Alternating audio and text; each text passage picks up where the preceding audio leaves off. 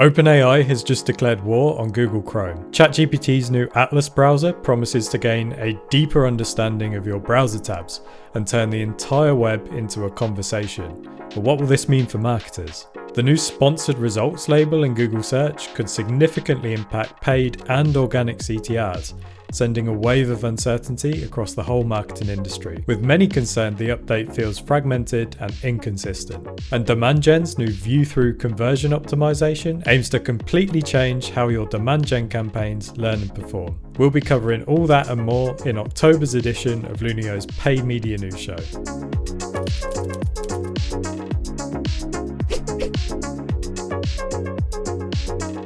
Welcome back to the Paid Media News Show. I'm Ben from the content team here at Lunio. And I'm James, content lead here at Lunio. Each month, we are here to recap the top 5 headlines from the world of paid media so you can stay up to speed with the latest developments. Plus, we'll bring you helpful tips and commentary from leading marketers, giving you insights on how industry leaders are reacting to and capitalizing on the latest news and updates. With that said, let's jump right into the first story.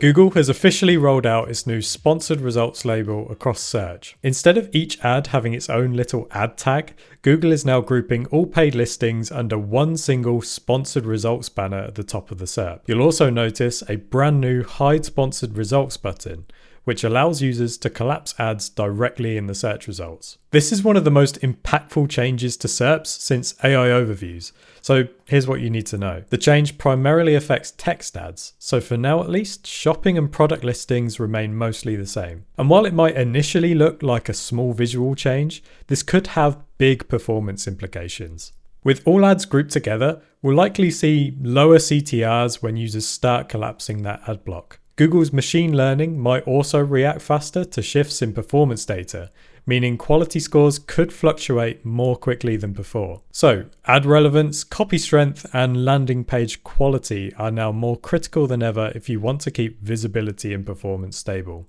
Now, the rollout hasn't been perfectly consistent. Google Ads expert Adrian Decker pointed out on LinkedIn that some formats, like sponsored options in your area and local service ads, haven't adopted the new group layout yet. So as of right now, the update might feel pretty fragmented depending on your vertical. Then there's the question of transparency. Director of Paid Media Tim Hubler noticed that the hide sponsored results button only collapses one block of ads. So when users scroll down, a new block pops up. If they refresh or research the same term, everything's back again. He called it, quote, technically a step towards transparency, but practically not much is changing. End quote. He also noted that on mobile, the sponsored results label sticks as you scroll, which is a nice touch, but on desktop, it's still subtle enough that many users might miss it entirely.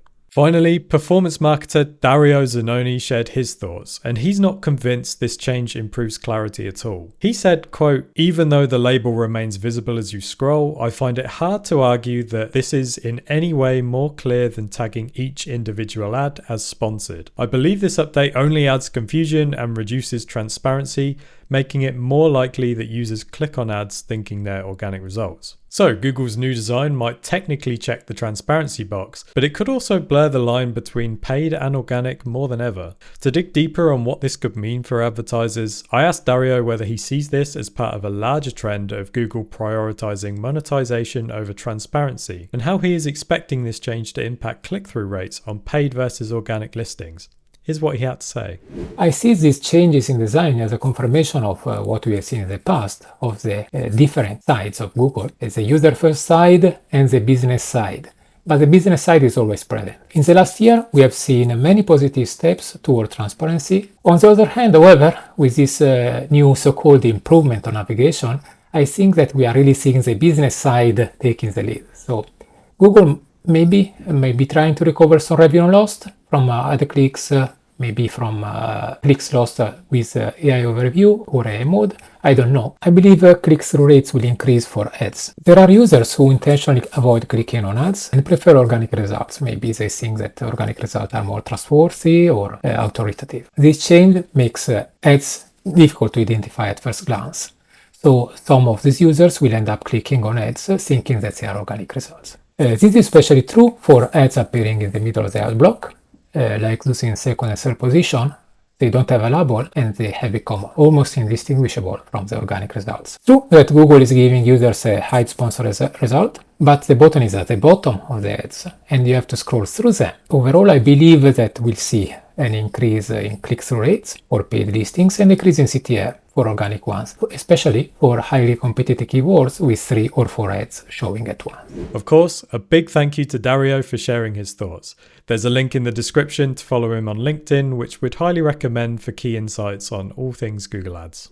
Next up, some big news for demand gen fans. Google is testing a brand new beta feature called view-through conversion optimization. It is a bit of a mouthful, but this one could totally change how demand gen learns and performs. If you're familiar with view-through conversions, you'll know that they happen when someone sees your ad even for a few seconds and then converts at a later date without ever clicking. Until now, demand gen campaigns only optimize towards direct conversions, in other words, clicks that led to measurable actions. But in this beta, advertisers can now include view-through conversions in the bidding algorithm. That means Google's system can start learning from all those non-click interactions too. So if a user only glimpses your ad and then converts a few days later, that journey now feeds into optimization.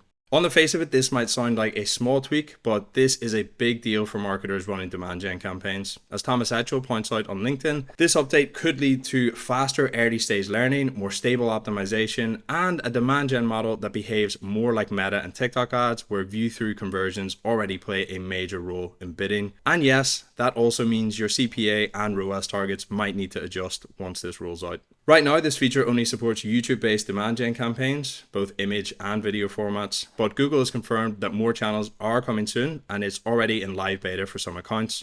By default, it's switched off, so you'll need to enable it manually or ask your Google rep for access. Google Ad Specialist Chelsea Harding has already started testing it with her clients and she's pretty optimistic.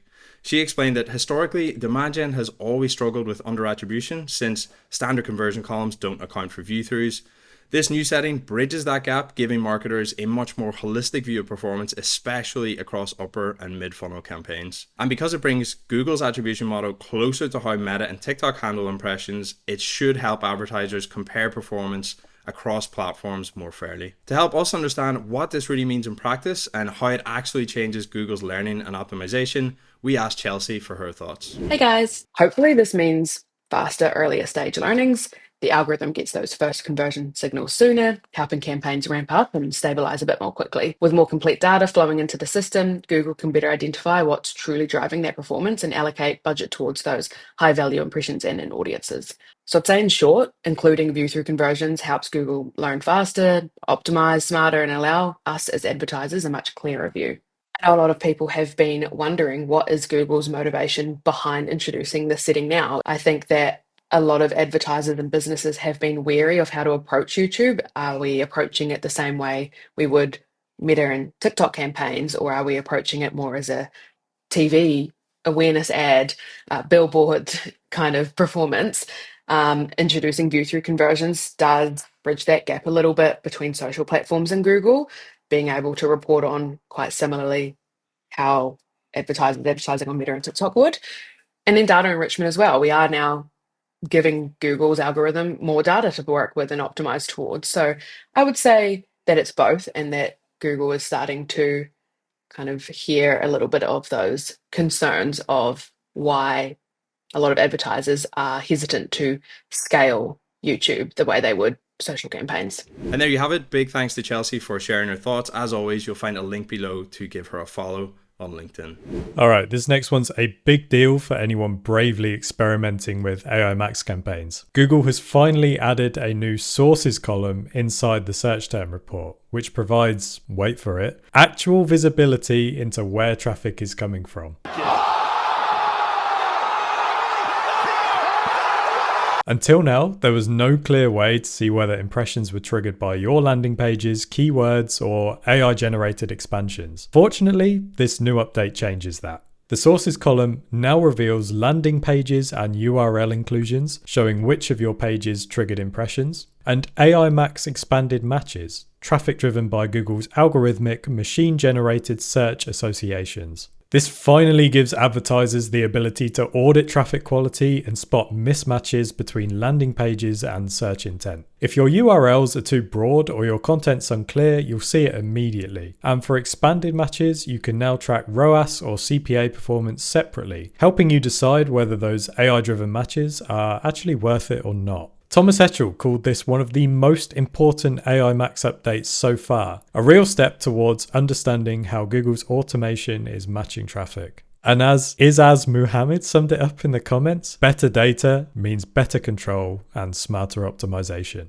It's still early days, but this kind of transparency is exactly what advertisers have been asking for. The sources column might not solve every AI Max mystery, but it is a welcome step towards greater trust, accountability, and smarter optimization.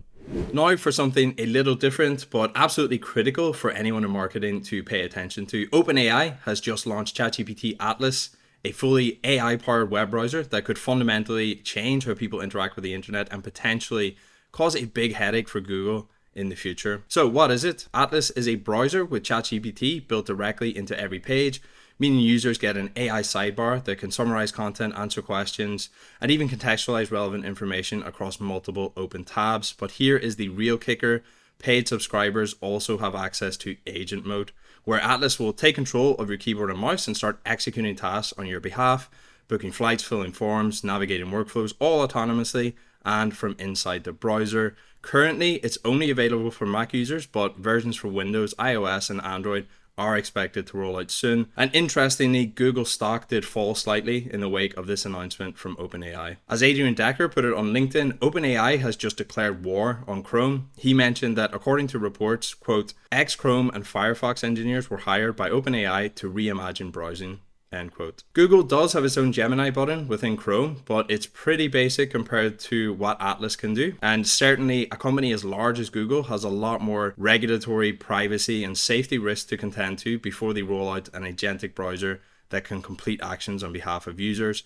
But it does seem very clear that this is the direction things are heading in. But there are concerns for advertisers here. Because Atlas is built on Chromium, Google's free and open source web browser project, networks and websites perceive its activity as legitimate human behavior, which means the AI can click on ads and trigger real ad spend. Software company Search Atlas flagged this as a major issue. Businesses could unknowingly pay for clicks generated by AI agents and not real prospects. And because current basic bot detection methods can't flag AI agents like ChatGPT Atlas, website analytics could become corrupted with non-human traffic, further strengthening the case to proactively investigate and pay attention to the quality and validity of your traffic. So if you are noticing unusual traffic spikes, odd click behavior, or declining conversion rates, it could signal an underlying issue of bot activity, something which we can help you out with at Lunio by auditing your paid traffic. Right now, Atlas doesn't have ads, but OpenAI has been making strategic hires in marketing and ad sales,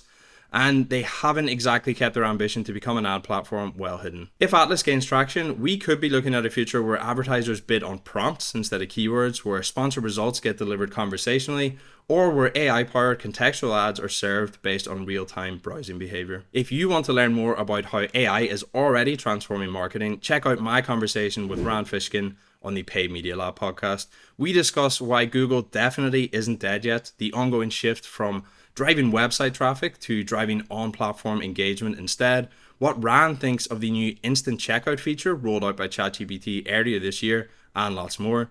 The link is in the description if you want to give that a listen.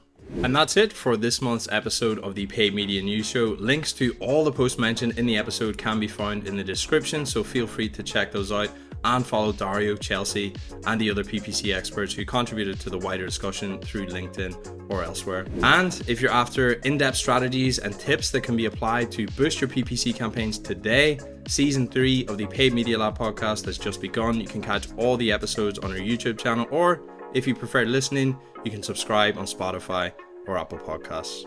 Thanks for tuning in. We'll be back next month to discuss the important PPC news, key headlines, and expert insights you need to know about.